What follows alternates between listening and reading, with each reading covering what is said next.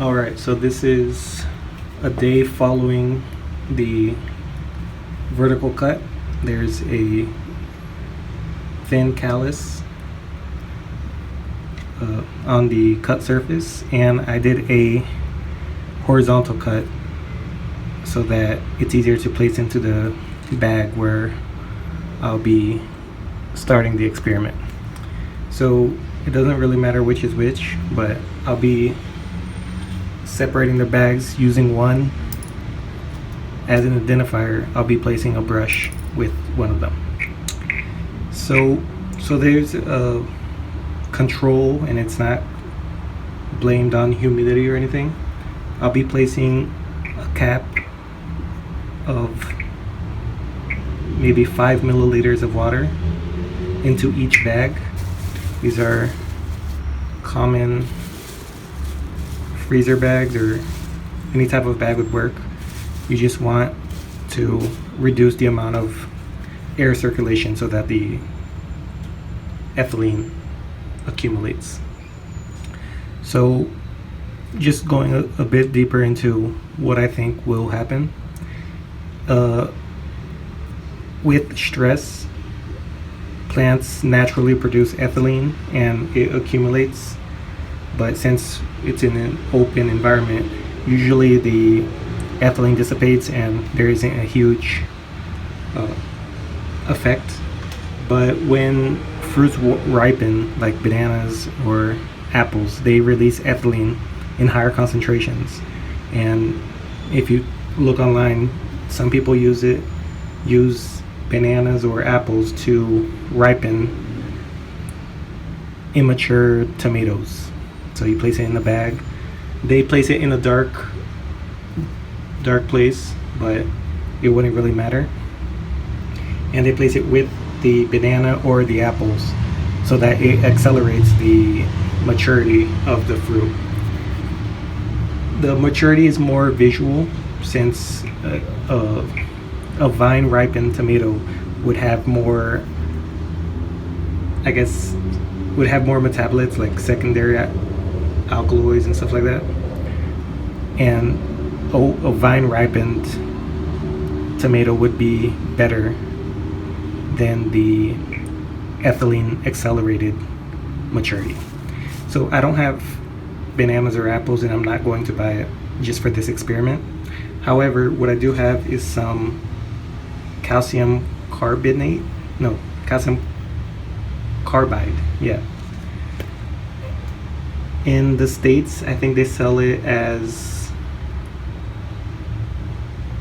like a powder, a gunpowder for model canyons and stuff like that.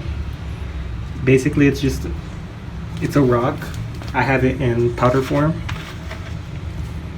and it releases Ethylene. I'm not sure how to pronounce it at all. I'll put it in the video, but it produces a gas when in contact with water. I'll do a little demonstration here. When you put it in contact with water, it fizzes and releases a flammable gas. And I don't really have a way to measure the amount of gas it produces, but it would be higher than, I guess, an apple or a banana. So I'll be just placing a small amount with water and an equal amount of water in the control. The smell is a bit strong. It's not overpowering since it's a small amount, but it is quite noticeable. It smells similar to sulfur. So this gas isn't ethylene. However, plants do absorb this gas and is converted or treated identically to ethylene. In sub-Saharan Africa and some other places, and there's continual studies on this, even here in Brazil, they apply pellets with paint so that it's a slower release, and they apply calcium carbide directly into the soil so that it releases slowly to the roots and it helps the plants. So in pineapple cultivation, you would apply this to the crown of the pineapple fruit or the pineapple plant, and it induces flowering in the pineapple so that you can have out of season fruits, which in Africa especially, it fetches a much higher premium on the price of the fruit. And there's actually a whole bunch of papers. It does a few other properties that it does, but the main contributor is the induction of flowering.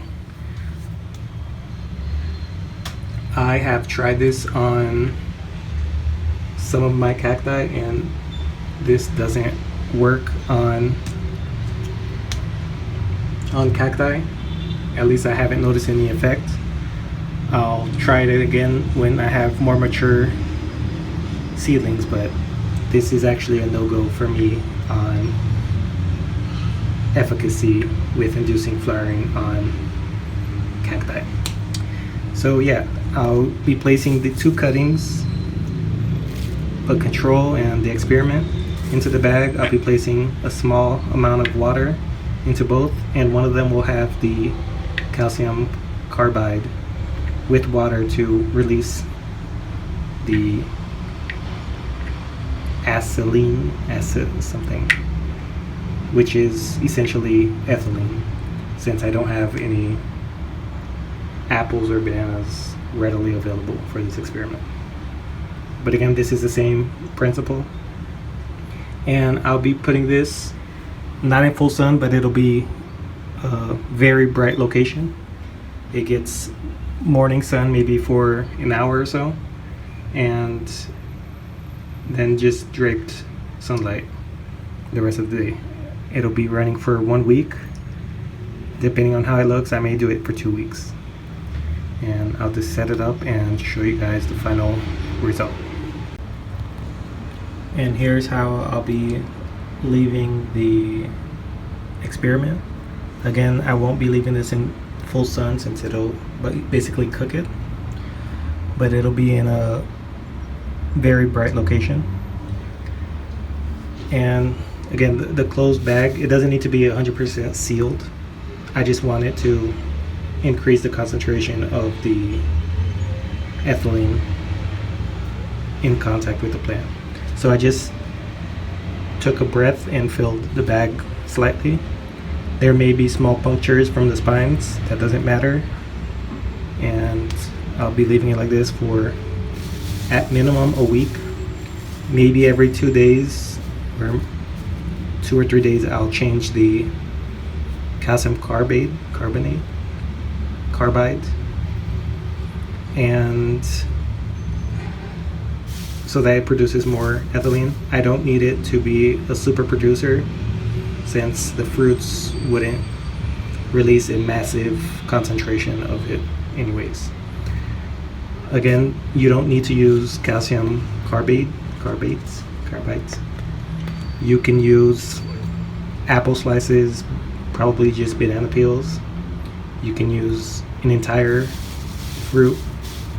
It doesn't need to be even cut up, and just cycle it so it doesn't go bad, and you can still eat the fruit without any issues.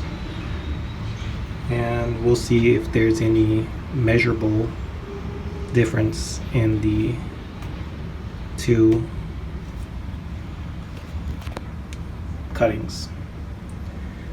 At the end, there may be too little material to accurately or efficiently have a differential in the alkaloid content. Since dried, it may be around 5 grams each.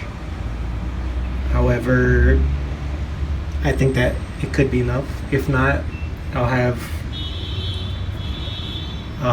a note of it and know that the following time I do this experiment, I'll need to use maybe double or triple the amount.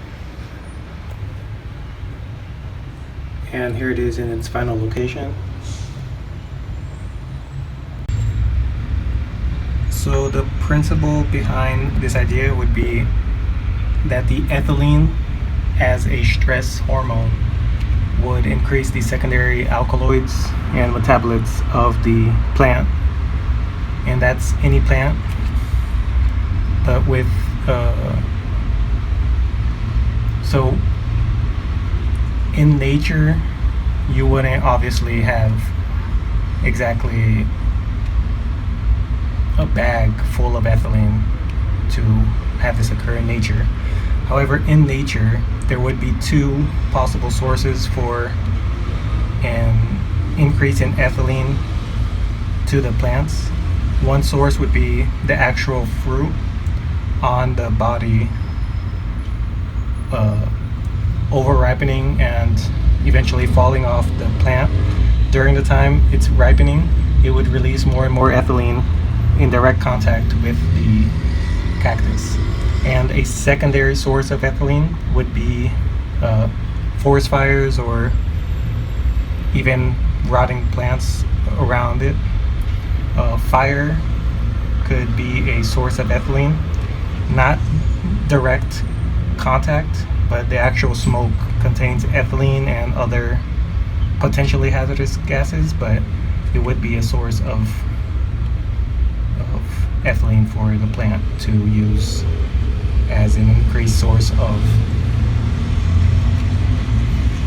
secondary alkaloids. Another source would also be a car exhaust. There's ethylene gas is also released from there, as well as other gases. But again, just to keep it as a possible natural occurrence for this to occur would be the actual fruits from the flowers ripening and eventually falling. It would release ethylene. I'm not sure the concentration, but it would release it. And another source would be from wood burning or other forest fires. The gases from the smoke would contain ethylene as well as other gases. So it can occur in nature. I'm not saying it does, but it's a possibility. So just a derivative from why I chose this would be for, like, it can be derived from a natural occurrence.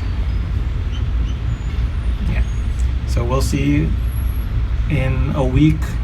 If the cuttings don't look too bad, I'll run it another week for 2 weeks, and after that I'll cut them up and dry them and then proceed to extract and see if there's a measurable difference.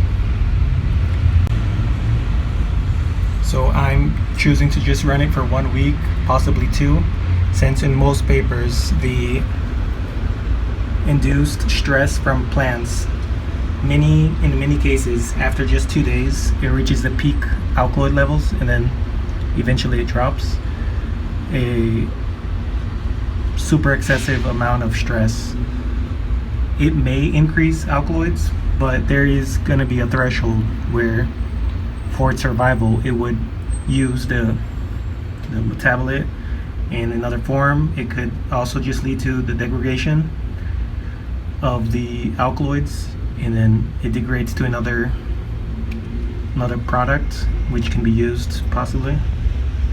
So there's a lot of variables. I'm just choosing 1 week since I think that's enough time. Maybe it's not, we'll see.